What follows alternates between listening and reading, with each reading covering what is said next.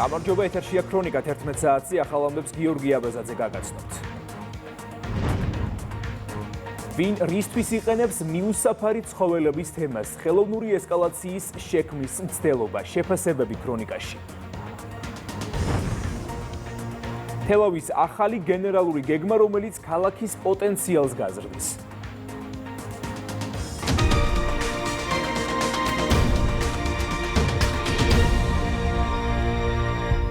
ქართული ოცნების ახალგაზრდული ორგანიზაციის კონფერენციები გრძელდება. დღეს მორიგი შეხვედრა ახალგაზრდებთან შეკვეთილში იმართება და ის ამ წუთებში უნდა დაიწყოს. დაჯი ჩხიკვაძე განაგრძობს თემას. შეხვედრა ამ წუთებში დაიწყო. ქართული ოცნების ახალგაზრდული ორგანიზაციის წევრები ამჯერად ხვდებიან სტუდენტებს სვანეთიდან, ზემო სვანეთიდან და სამეგრელოდან. ინტერესი ამ შეხვედრების მიმართ, რომ დიდია ამაზე აქ მოსული ახალგაზრდების რაოდენობაც აჩვენებს.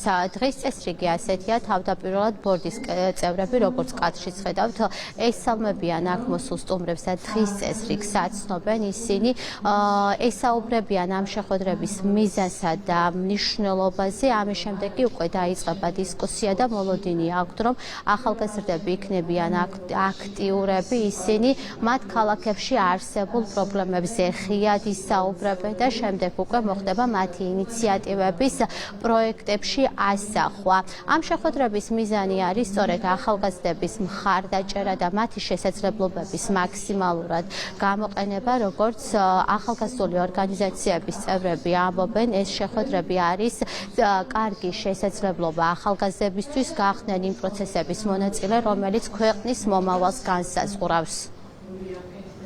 შეხვედრების მიზანი გახლავთ უფრო მეტი ღია კომუნიკაცია ახალგაზრდებთან, მათ შორის მათი საჭიროებებისა და გამოწვევების გათვალისწინება, რადგანაც ჩვენ გვჯერა, რომ ქვეყნის განვითარება იწყება იქ, სადაც ახალგაზრდები უფრო მეტად არიან ჩართულები სახელმწიფო მართვის პროცესში, სადაც სახელმწიფო მეტად ითვალისწინებს მათ მოთხოვნებსა და საჭიროებებს და სადაც მათ აქვს სწორი ინფორმაცია ქვეყანაში მიმდინარე მოვლენებთან დაკავშირებით. როგორც გამოიკვეთა, ახალგაზრდებს განსაკუთრებით აინტერესებთ სხვადასხვა პროექტების დაგეგმვა, თუ როგორ შეუწყონ საკუთარ რეგიონში, საკუთარ ქალაქში გასართობი სივრცეების გამრავალფეროვნებას ხელი. და მინდა აღვნიშნო, რომ ჩვენი ღონისძიებების, ჩვენი კონფერენციების მთავარი ღირებულება სწორედ ეს არის, რომ ჩვენ არა მხოლოდ მოусმინოთ ახალგაზრდებს, არამედ მათი საჭიროებები გავითვალისწინოთ. Ფოჩი ჩვენ ქალაქში როგორც ვიცით, რომ არ არის თუნდაც ბევრი ახალგაზრდების შეკრების ადგილები, არის ცივსად ახალგაზრდა დავშვებით, ახალ იდეებს მომიფიქრებთ, თუნდაც შემოვიდოდით, QR კოდს დავასკანერეთ, გასართობი ადგილების ნაკლებობა არის და აი ამ ყველაფრის გასარკვევად და რომ გადავცეთ ჩვენი მოთხოვნები და იქნებ რომ შეასრულო მაგის გამო დამეტერეს აქ მოსვლა.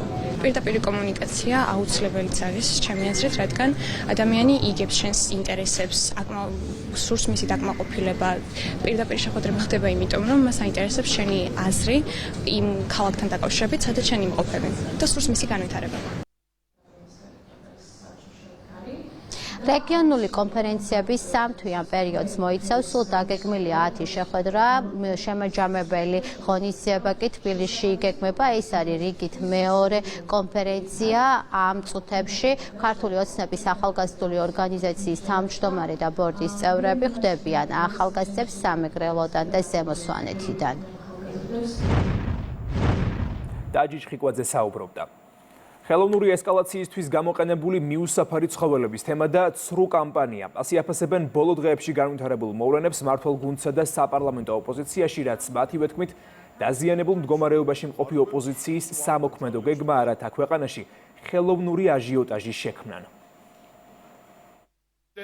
არაკეთილსინდისიერი პირები და პოლიტიკოსები ან გარკვეული მედია საშუალებები იყენებენ ამ თემას ხელოვნური ესკალაციის არარსებული პრობლემის წარმოსაჩენად, გარკვეული სენსაციის, ასე ვთქვათ, შესაქმნელად, რომელიც ხედავთ, რომ რაღაცა ესეთი უმართავ ფსიქოში გადადის საზოგადოების რაღაცა მცირე, მაგრამ გარკვეული ნაწილის მხრიდან. რაც რა თქმა უნდა მიუღებელია ელემენტარულად და მეორეს მხრივ თუ ვინმე საინტერესებს ობიექტური ინფორმაცია და გვერდში დგომა ამ საკითხთან დაკავშირებით ღია შესაბამისი უწყებები ამასთან დაკავშირებით და მათ დეტალური ინფორმაცია მიაწოდეს საზოგადოებას. ძაღლებზე ატეხილი ეს სრულ კამპანია ემსახურება მხოლოდ და მხოლოდ საზოგადოებაში პოლარიზაციის გაზრდას. იმიტომ რომ ისეთი ინფორმაციები და ისეთი დეზინფორმაცია იყო გავრცელებული, რომ ძალიან ძნელად დასაჯერებელი და ასევე ჩვენ დავrწმუნდით სხვადასხვა სიუჟეტებიდან, როგორც საფუძველს მოკლებული იყო მათი ბრალდებები, როგორც შესაბამისმა სამინისტრომ და შესაბამისმა სამსახურებმა განაცხადეს, ყველაფერი კეთდება იმისათვის, რომ ეს საკითხები წარიმართოს კანონთა სრულ შესაბამისობაში და ძალიან დასანანია, რომ ასეთ იაფასიან ხერხს მიმართავენ ის ძალები, რომლებიც საქართველოში ოპოზიციაც იწოდებიან იმისათვის, რომ ხალხი შეიყვანონ შეცდომაში და მათი ბრაზი გამოიწვიონ. თელავს სივრცითი დაგეგმარების ახალი გენერალური გეგმა ექნება, რომელიც ქალაქის ეკონომიკურ და ტურისტულ პოტენციალს გაზრდის. ძირითად მიმართულებებსა და კონცეფციაზე მთავრობის ადმინისტრაციაში გამართულ შეხვედრაზე შეთანხმდნენ. გეგმაში გაიწერა ყველა პრიორიტეტული მიმართულება, რომელიც განსაკუთრებით მნიშვნელოვანია მუნიციპალიტეტის მდგრადი განვითარებისთვის. ტურიზმი, კულტურა, ადმინისტრაციული ფუნქციებისა და სახელმწიფო სერვისების გადანაწილება. შეხვედრაში მთავრობისა და პარლამენტის წევრები, კახეთის მხარეში სახელმწიფო რწმუნებული, სხვადასხვა უწყებისა და ადგილობრივი ხელისუფლების წევრები მონაწილეობდნენ. მნიშვნელოვანი არის, რომ თელავის ტურისტული პოტენციალი იქნეს გაზრდილი და ასევე კულტურული ცხოვრება ქალაქში იყოს კიდევ უფრო მზარდი და საინტერესო განსაკუთრებით ახალგაზრდებისთვის. თელავის ქალაქის განვითარების კონცეფციის გარშემო იყო მსჯელობა, რომელიც ითვალისწინებს თელავის განვითარების გენერალური გეგმის საბოლოო დამტკიცებას და ქალაქ თელავის ფუნქციონალურ განახლებას, რაც პირველ რიგში უნდა მოემსახუროს ქალაქის ეკონომიკური, მათ შორის განსაკუთრებით ტურისტული მიმართულებით მიმზიდველობის გაზრდას. შევთანხმდით სივრცითი განვითარების მიმართულებებზე, მნიშვნელოვანია, რომ ინფრასტრუქტურულ პროექტებთან ერთად ასევე განვახორციელოთ თელავში მისი შინაარსის ცვლილება და მაქსიმალურად საინტერესო გავხადოთ თელავი. მსჯელობა გაიმართა ქალაქის სივრცითი განვითარების გეგმაზე, ასევე გაიმართა მსჯელობა კონცეპტუალური განვითარების ხედვაზე ქალაქ თელავის. საბოლოო ჯამში რაც ერთად შეკრავს ყველა დაგეგმილ და მიმდინარე ინფრასტრუქტურულ პროექტს, რომელიც კიდევ უფრო მეტად შეუწყობს ხელს გახდეს ეფექტური ყველა მუნიციპალური სერვისი და კიდევ უფრო მეტი ინვესტორი მოვიზიდოთ ჩვენს ქალაქში. განათლების მინისტრი სკოლის მოსწავლეთა მშობლებს ამჯერად ზესტაფონსა და სამტრედიაში შეხვდა. გივი მიქანაძე მათ ზოგადი და უმაღლესი განათლების რეფორმის მიმდინარეობის შესახებ მიეწოდა ინფორმაცია და მათთან ერთად იმსჯელა რეფორმის ფარგლებში განსახორციელებელ ინიციატივებზე. აქცენტი გაკეთდა სასკოლო ფორუმებზე, სახელმძღვანელოების შინაარსის გაუმჯობესებაზე, პროფესიული განათლების გაძლიერებასა და სახელმწიფო უნივერსიტეტებში უფასო სწავლებაზე. მნიშვნელოვანი არის ეს პირდაპირი უშუალო კომუნიკაცია, როდესაც ძირითად ინფორმაციასთან ერთად არის შესაძლებლობა, რომ დეტალური საკითხები განვიხილოთ, ყველა იმ კითხვაზე გავცეთ პასუხი, რომელიც მშობლებს, განსაკუთრებით აბიტურიენტების მშობლებს აწუხებთ და აინტერესებთ და ამით მათი ინტერესის დავაკმაყოფილოთ და რაც მთავარია, სწორი ინფორმაციის გავრცელებას შეუწყოთ ხელი. სწორედ საზოგადოების ესეთი მასიური ჩართულობით მივიღებთ იმ რეფორმას საბოლოოდ შედეგს, რომელიც იქნება პირველ რიგში ჩვენი შვილებისთვის წარმატებული და მთლიანად ქვეყნისთვის. ბატონო მინისტრმა ისაუბრო ყველა იმ ძირეულ საკითხებზე, რაც არის მოსალოდნელი ყველა მიმართულებით განათლების სისტემაში და იყო ძალიან ბევრი შეკითხვები. მაყოფილებით გავედი დარბაზიდან, ეს იყო დროული შეხვედრა და აუცილებელი იყო ესეთი კომუნიკაცია სასკოლო თემთან და მშობლებთან.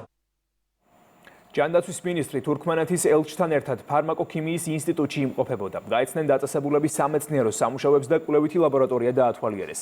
მხარეებმა ორი ქვეყნის პროფილურ დაწესებულებებს შორის თანამშრომლობის გაღრმავების საკითხების განიხილეს, ასევე ილაპარაკეს სამეცნიერო პერსონალის ურთიერთგაცვლის შესახებ. ჯანდაცვის მინისტრის განცხადებით, საქართველო მზადაა თურქმენეთთან და ფარმაკოქიმიისა და ზოგადად მედიცინის მიმართულებით ურთიერთობის კიდევ გაღრმავებისთვის, რასაც ხელს შეუწყობს მსგავსი ვიზიტები. იუელ ქუთათელაძე სახელობის ფარმაკოქიმიის ინსტიტუტს სტუმრობდა თურქმენეთის ელჩი საქართველოში და ძალიან საინტერესო საუბარი შედგა დაათვალიერა დიდი ინტერესით ინსტიტუტი, რომელიც ტრადიციულია, რომელიც მუშაობს ძალიან ბევრი მიმართულებით და ძალიან დიდი იმედი გვაქვს, რომ ეს იქნება საწინდარი მომავალი თანამშრომლობის. ეს იყო ძალიან საინტერესო შეხვედრა, სადაც გავეცანი ინსტიტუტის სამეცნიერო კვლევით საქმიანობას. ძალიან მიხარია, რომ საქართველოში თურქმენეთის მსგავსად ტრადიციული მედიცინა მაღალ დონეზეა განვითარებული.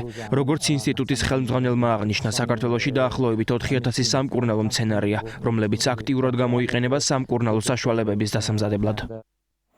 ხალხის ძალის საპარლამენტო ჯგუფი სამცხე-ჯავახეთში 6 მუნიციპალიტეტში შეხვდა მათი პარტიის საკრებულოების წევრებს. ყურადღება გამახვილდა როგორც ადგილობრივ, ასევე ზოგად პოლიტიკურ პრობლემებზე და პარტიის შემდგომ ეტაპებზე. აქცენტი გაკეთდა სამომავლო გეგმებზე, რაც გულისხმობს ადგილობრივი ოფისების შექმნასა და გაძლიერებას და 2028 წლის არჩევნების სამზადისს.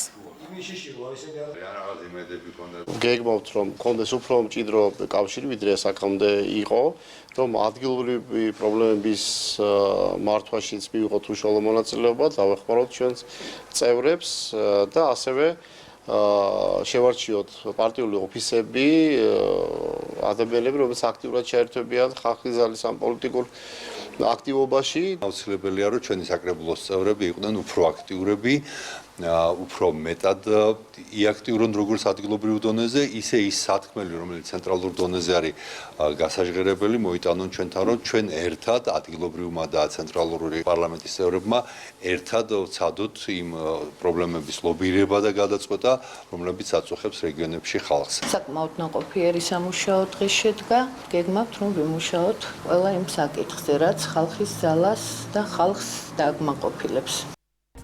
ქრონიკა 11 საათზე ამით დასრულებულია, ეთერში 14 საათზე დავბრუნდებით. დროებით.